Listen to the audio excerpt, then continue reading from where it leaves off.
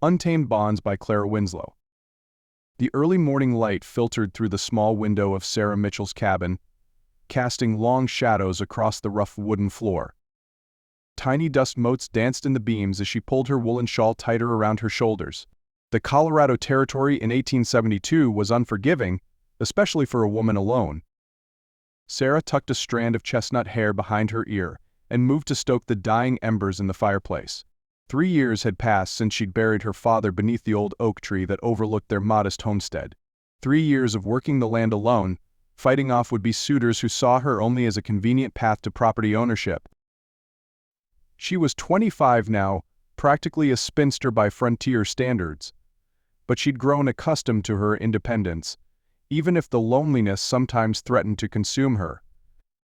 A knock at the door startled her from her reverie. "Miss Mitchell?" The voice was deep, unfamiliar.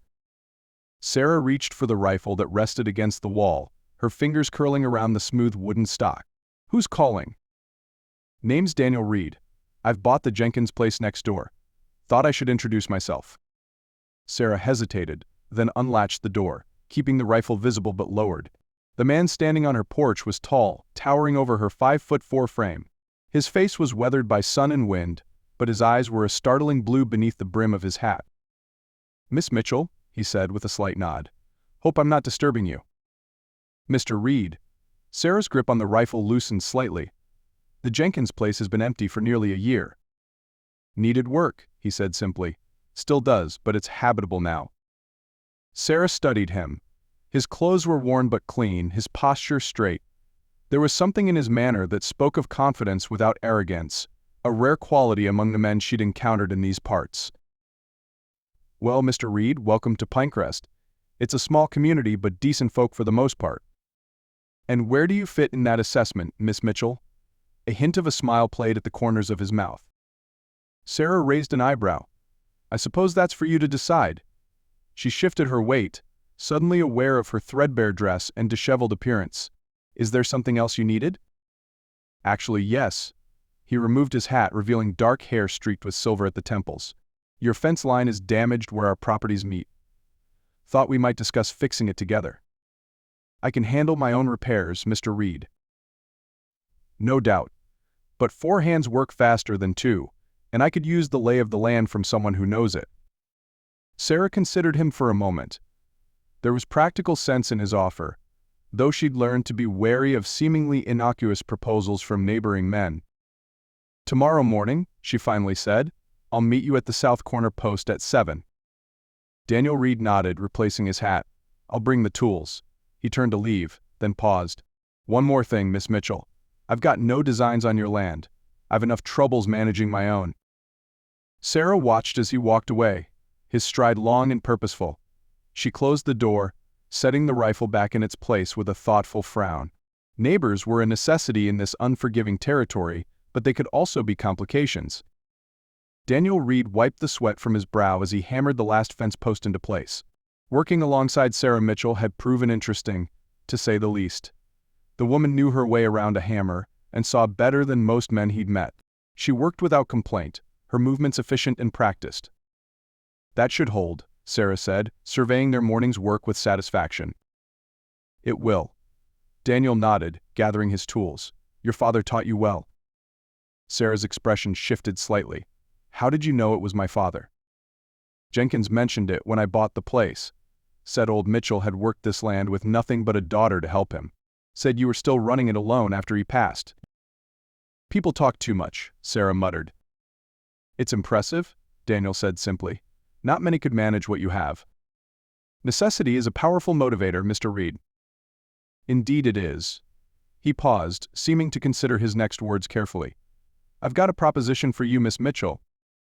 Sarah's guard immediately rose. "I'm not selling if that's what you're about to suggest." "It's not." Daniel shook his head. "I was a farrier back in Missouri before coming west. Noticed your mare favors her front right. I could take a look if you'd allow it." Sarah was silent for a moment, surprise evident in her expression. "And what would you want in exchange?" "Some of that apple preserves I spotted in your pantry this morning would be fair." A reluctant smile tugged at Sarah's lips. "You're observant." "A necessary skill on the frontier." "Very well, Mr. Reid. You've got yourself a deal." As they walked back toward the barn, Sarah found herself studying her new neighbor with growing curiosity. Daniel Reid was not what she had expected. There was a gentleness to his hands as he examined her mare's hoof, speaking in low, soothing tones to the animal. "She's got a stone bruise," he explained, carefully cleaning the hoof. "Nothing serious, but we should poultice it for a few days." "We?" Sarah questioned. Figure of speech. Daniel glanced up at her. "Though I'm happy to show you how, if you don't know." "I can manage." "I'm sure you can, Miss Mitchell. You strike me as the type who manages most things quite well." There was something in his tone, not mockery but genuine respect, that caused Sarah to soften her stance slightly. "Thank you for looking at her," she said. "The jar of preserves is yours, as promised." Daniel straightened up, brushing dirt from his hands. "Much obliged." As Sarah walked him to the edge of her property, she found herself uncharacteristically reluctant to see him go.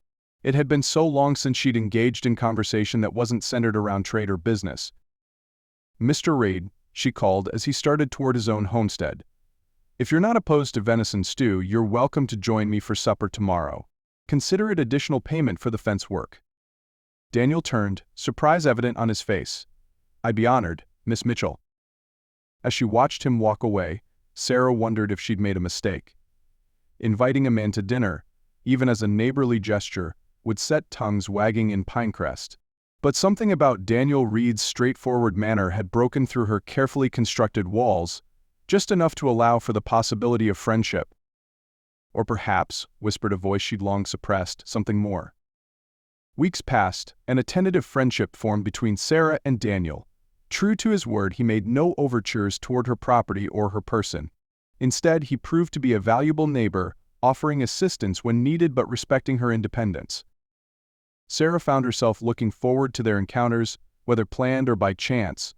Daniel brought stories of his travels across the country, tales of the Civil War, though he spoke of this time with a shadow in his eyes, and knowledge of horses that surpassed her own considerable experience.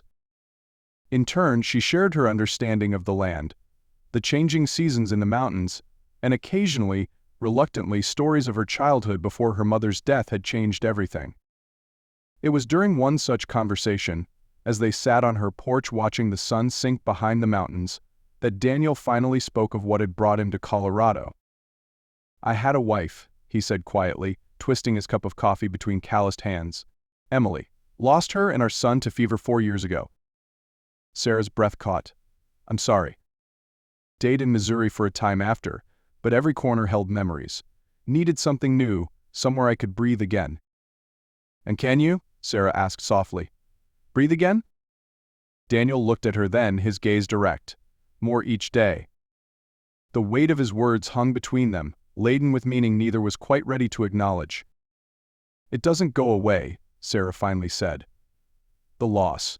But it changes, becomes something you carry rather than something that crushes you." Wise words. Hard-earned.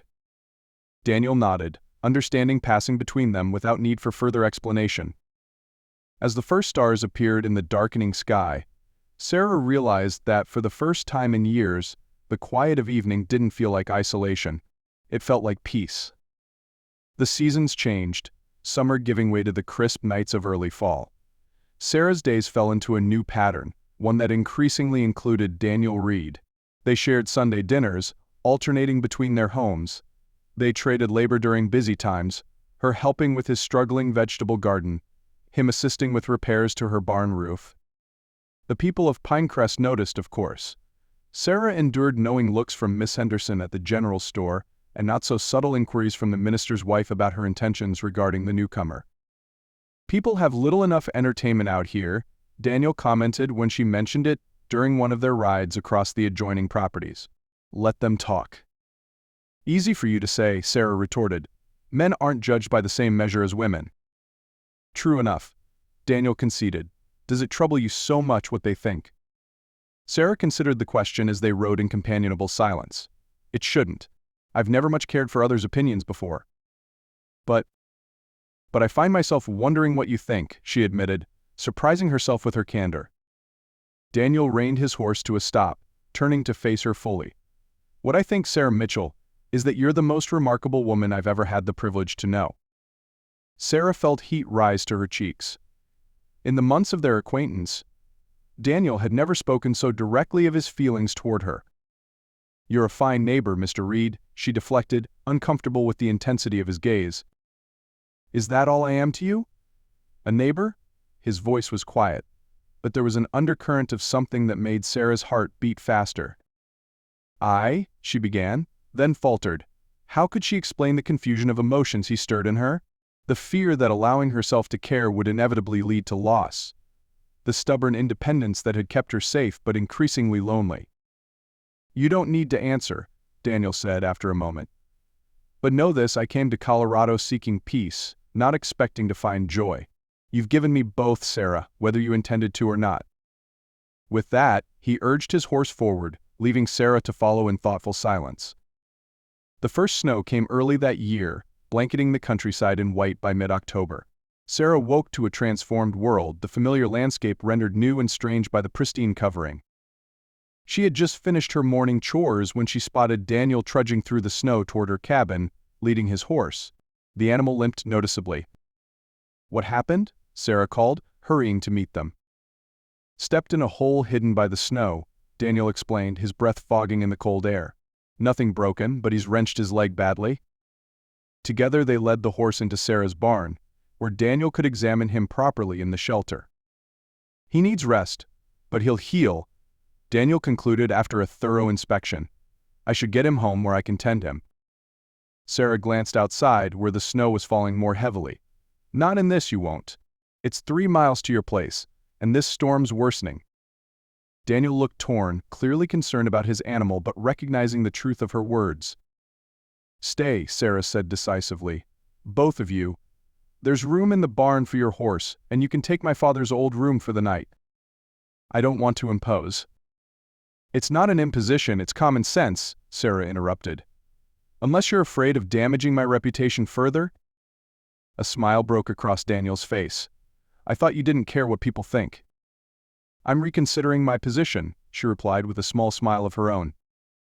As the day progressed and the storm intensified, Sarah found herself grateful for Daniel's presence. They worked together to secure the outbuildings, check on her livestock, and prepare for what promised to be a bitter night. By evening, they sat before the fire, snow piling against the windows and wind howling around the eaves of the small cabin. "Reminds me of winters back east," Daniel commented, sipping the coffee Sarah had prepared, "though the company is far better." Sarah smiled, surprising herself with how comfortable she felt having him in her home. There had been a time when the thought of a man in her private space would have been unthinkable. Now it seemed the most natural thing in the world. "Tell me more about your life before," she encouraged, curling her legs beneath her in the chair opposite his.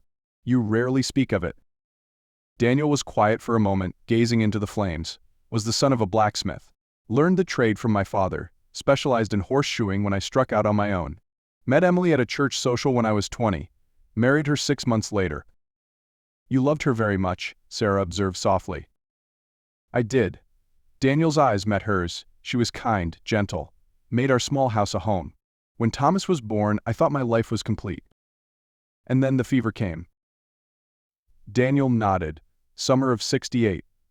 Started with Thomas. He was only 4. By the time we buried him, Emily was already showing symptoms. She lasted a week longer. Sarah moved without thinking, crossing to kneel beside his chair. She placed her hand over his. "I'm so sorry, Daniel." He turned his hand beneath hers, entwining their fingers. "For a long time I thought that part of me died with them, that I'd never feel anything but grief again." "And now?" Sarah asked, hardly daring to breathe. "Now I find myself looking forward instead of back." His free hand came up to brush a strand of hair from her face. "Because of you, Sarah." The touch of his fingers against her cheek sent warmth cascading through her. It had been so long since anyone had touched her with such tenderness that she found herself leaning into his hand. "I'm afraid," she admitted, her voice barely above a whisper. "Of what?" "Of losing myself, of losing you, of everything changing." Daniel's eyes held hers, steady and sure. Some change is worth the risk. When his lips met hers, Sarah felt something within her shift, walls crumbling, possibilities expanding.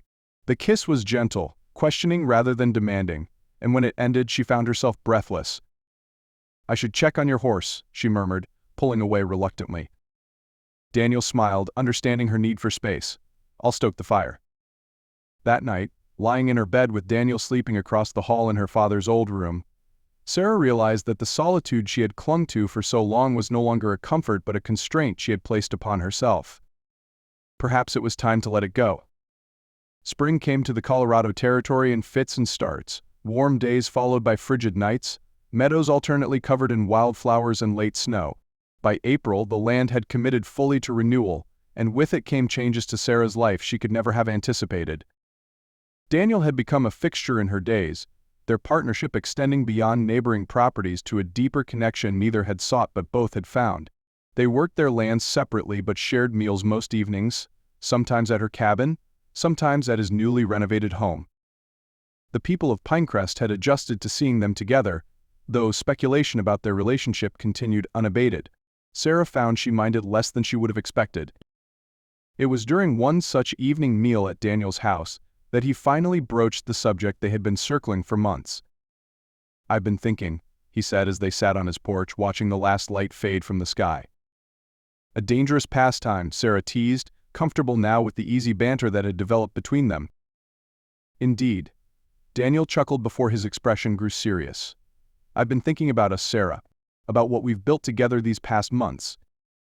Sarah's heart quickened. "And what have we built, in your estimation?" "Something stronger than either of us could manage alone." He turned to face her fully. "I'm not asking you to give up your independence or your land. God knows I respect what you've accomplished too much for that." "What are you asking?" Sarah's voice was steady despite the trembling of her hands. Daniel reached into his pocket and withdrew a simple gold band. "I'm asking if you'd consider joining our lives as we've joined our work. Equal partners sharing both burdens and joys." Sarah stared at the ring, emotions warring within her. Fear of loss, of vulnerability. Hope for companionship, for a future less lonely than her past. "I don't need your answer now," Daniel continued when she remained silent. "Take what time you need. The question will stand." Sarah reached out slowly and took the ring from his palm, examining it in the fading light. "It's beautiful." "It was my grandmother's. Simple like her life but solid, lasting." Sarah closed her fingers around the band, feeling its weight, physical and symbolic. "I need to think." "Of course." Daniel nodded, no disappointment evident in his features, only understanding. As she rode home that evening, the ring safely tucked in her pocket, Sarah's thoughts tumbled over one another. Marriage had never been part of her plan after she'd seen how her mother's death had nearly destroyed her father. Love was too dangerous, too unpredictable. And yet, Daniel Reid had slipped past her defenses, showing her that strength could be found in connection as well as independence. For 3 days, Sarah went about her tasks mechanical, her mind preoccupied. On the 4th morning, she woke with the first light, clarity having come sometime in the night. She dressed carefully in her best dress, a simple blue cotton that brought out the color of her eyes, and brushed her hair until it shone. The ride to Daniel's property took 20 minutes, and with each passing moment, her certainty grew.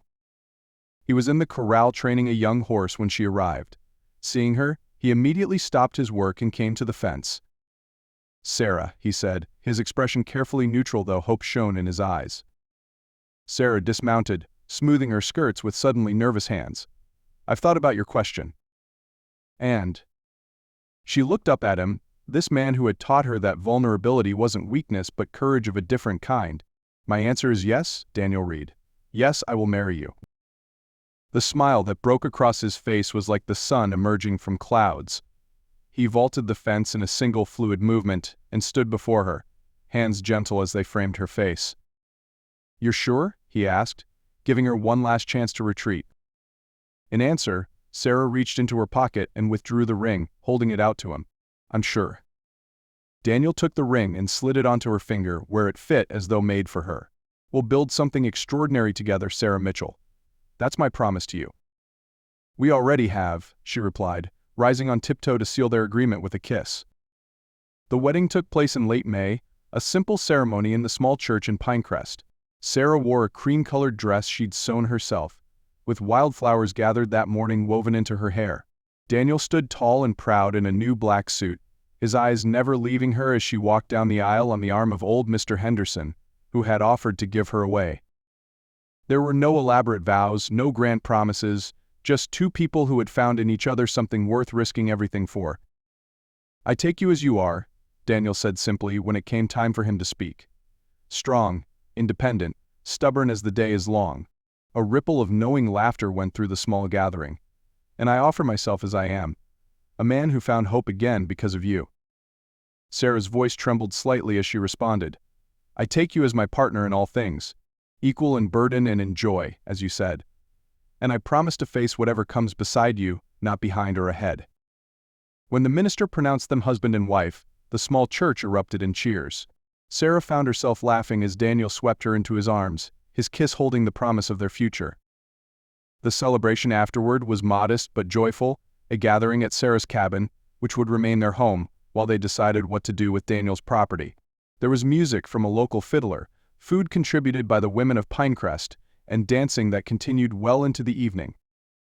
As twilight settled over the land, Sarah found herself standing at the edge of her property, their property now, looking out over the rugged beauty of the Colorado landscape. Daniel came to stand beside her, his arm slipping around her waist. "Having second thoughts?" he asked softly. Sarah leaned into his embrace. "No, reflecting on how much has changed in a year. I never expected this." "Nor I." Daniel pressed a kiss to her temple.